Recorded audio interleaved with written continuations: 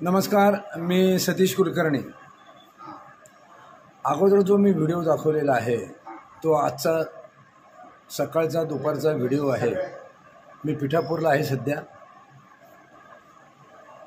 2 दिवसापूर्वी जी पिठापूरमध्ये गर्दी होती, बरेच भाविक आले होते, बरेच भाविक निघून गेले। आज एक फक्त 10% भाविक राहिलेले आहेत। पण भाविकांनी इथून पुढं काही सण, काही उत्सव सोडले आणि अशा वेळी 2 दिवस उशिरा आलं सणानंतर, तर दर्शन होतं, सेवा होती, परमेश्वराचा मेवासुद्धा मिळतो। आज मंदिर आणि परिसरात काहीही गर्दी नव्हती। जे थोडेफार लोक आले होते ते सगळे फिरायला गेले। श्रीपाद वल्लभ भक्तांची वाट पाहत आहेत की मी ज्यांना बोलवलं ते मला न भेटता इकडे तिकडे फिरतायत। देवाच्या दारात सहवास महत्त्वाचा आहे हे भाविकांनी विसरू नये। सहवासासाठी तर देवाने बोलवलेलं असतं। लाखो कोट्यावधी संख्या आहे, पण त्यात तुमचा नंबर लागतो, तुम्हाला निवडलं जातं आणि त्यावेळेस तुम्ही कुरवपूर आणि पिठापूरसारख्या ठिकाणी येता। आणि येऊनसुद्धा जर तुम्ही श्रीपाद वल्लभांच्या सहवासात न राहिला तर त्याचा यात्रेचा इथे येण्याचा काहीही उपयोग नाही, असं माझं ठाम मत आहे।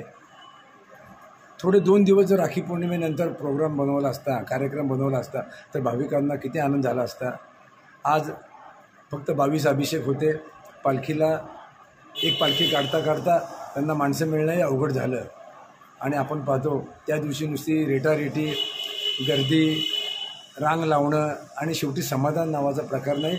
फक्त समाधान एवढंच की आम्ही पालखी केली, आम्ही अभिषेक केला, आम्ही रुद्राभिषेक केलं, हे फक्त मोठेपणासाठी। त्याच्यात भावभक्ती नसती, नाही आहे।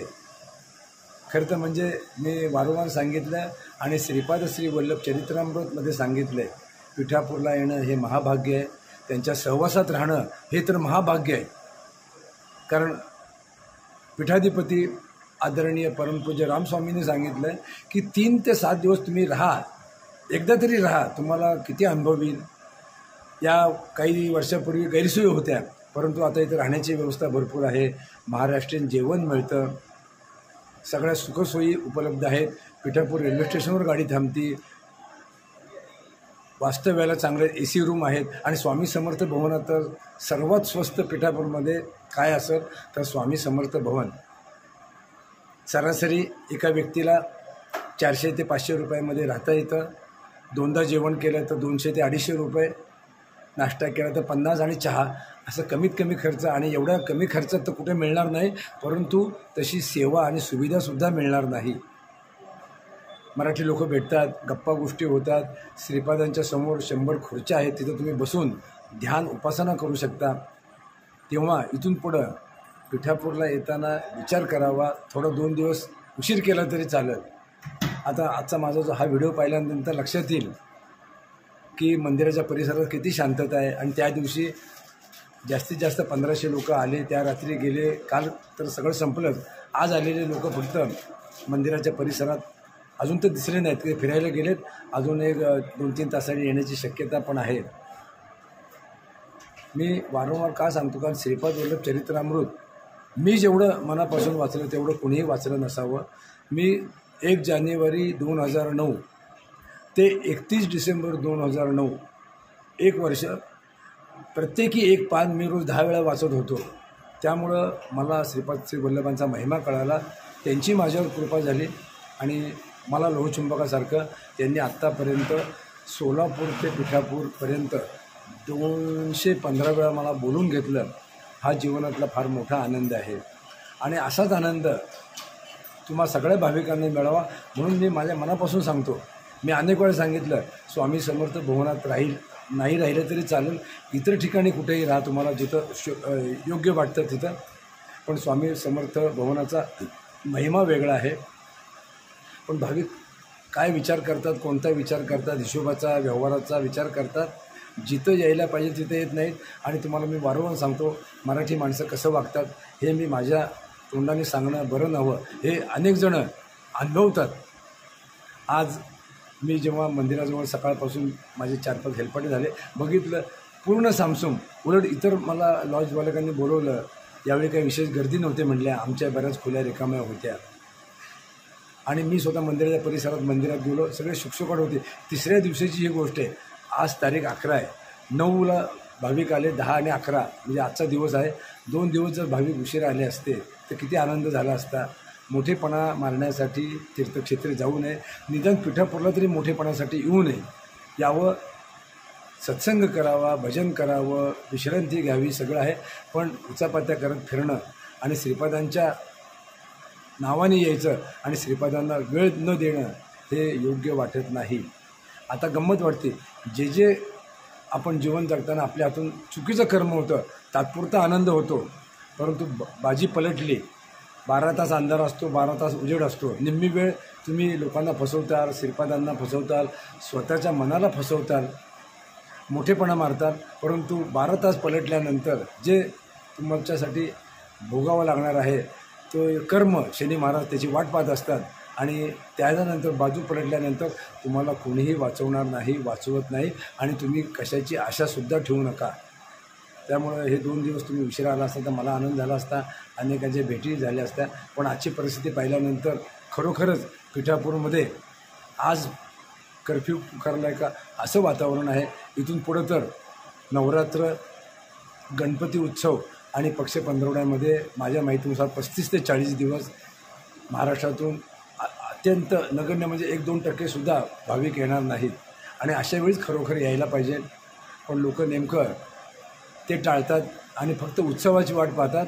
आणि परमेश्वर आपल्याला दर्शन घेतल्यानंतर आशीर्वाद देईल या हव्यासापोटी येतात, स्वार्थासाठी येतात, मोठेपणासाठी येतात. ज्या गोष्टी इतर तुमच्या नातेवाईकांना, तुमच्या मित्रांना, तुमच्या लोकांना कळतं, कारण बरेच लोक चर्चा करतात की ते गेले, ते तसे आहेत, अमुक आहेत, तर ते श्रीपादांना कळणं काहीही अवघड नाही. आजचं दृश्य पाहिल्यानंतर बरं वाटलं नाही की अजूनही इथं भाविक लोक राहायला पाहिजे होते किंवा आजपासून आले असते तर श्रीपादांना आनंद झाला असता. आणि त्याही बरोबर तुम्हाला पिठापूरच्या तीर्थक्षेत्रामध्ये तुम्हाला भरपूर आनंद मिळाला असता, भरपूर सहवास मिळाला असता. शेवटी चांगला विचार देणं, प्रबोधन करणं, मनापासून सांगणं हे श्रीपादांना स्मरून मी सांगू शकतो, सांगत आहे. विचार करण्याची बुद्धी तुमच्याकडे आहे. तुम्ही आजही तुमच्या स्वतःच्या बुद्धीने वागत नाही, स्वतःच्या बुद्धीने निर्णय घेत नाही. तुम्ही स्वतः काय करता ते सोडून तुम्ही समोरचा काय करतो त्याच्या बुद्धीप्रमाणे तुम्ही वागता. त्यामुळे तुम्हाला अनावश्यक वेळी पिठापूरला किंवा इतर तीर्थक्षेत्री जावं लागतं किंवा तुम्ही जाता, ते पदरात काहीही पडत नाही. तर स्वतःच्या बुद्धीचा वापर करा. आणि एक मला मात्र जाणवलं की इथं येणारे 90% भाविक केवळ पिठापूर म्हणून येतात.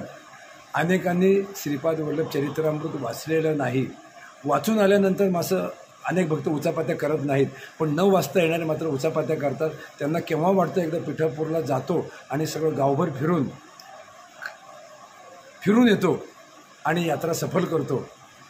जो वाचतो तो श्रीपादांना सोडत नाही, जो वाचतो तो मंदिरात जातो, तिथं उपासना करतो. आणि जो चरित्रामृत वाचत नाही तो मात्र वाहत जातो, त्याचे पैसे जातात, वेळ जातो आणि त्याला परत श्रीपाद श्री वल्लभ बोलवत नाहीत. हे त्रिवार सत्य आहे. माझे व्हिडिओ एखाद्याला आवडणार नाहीत, माझे विचारसुद्धा आवडणार नाहीत, परंतु चांगलं सांगण्याचा प्रयत्न आहे. एक वाक्यही आत्तापर्यंतच्या 952 व्हिडिओमध्ये एक शब्दही कधी चुकीचा अथवा खोटा सांगितलेला नाही. त्यामुळं माझे व्हिडिओ 16 लाख लोकांनी पाहिले गेले, 16 लाख वेळा पाहिला गेला. म्हणजे काही लोकांना तरी हे व्हिडिओ आवडतात, विचार आवडतात. इथून पुढंसुद्धा चांगले वस्तुस्थितीला आवश्यक असलेले वस्तुस्थितीनुसार असे मी तुम्हाला व्हिडिओ दाखवेल. इतर तीर्थक्षेत्राचं तर मी हल्ली दाखवत आहोत. त्यातल्या त्यात ज्या ठिकाणी मला जाणं होतं तिथे मी व्हिडिओ तयार करेन. आणि सर्वात महत्त्वाचं, आज मी श्रीपाद वल्लभांच्या जवळ बसलेलो आहे आणि हा व्हिडिओ करत आहे की श्रीपाद वल्लभांना स्मरून मला जे श्रीपाद वल्लभांनी दिलेलं आहे ते तुम्हाला मिळावं आणि माझ्यासारखं, आमच्या कुटुंबासारखं तुम्हाला सुख, शांती, समाधान आनंद मिळावा अशी माझी प्रार्थना आहे. म्हणून मी हा प्रयत्न करतो. त्या प्रयत्नाला यश यावं असं श्रीपाद श्री वल्लभांच्या चरणी प्रार्थना करतो. अवधूत चिंतन श्री गुरुदेव दत्त श्रीपादराजं शरणं प्रपद्ये.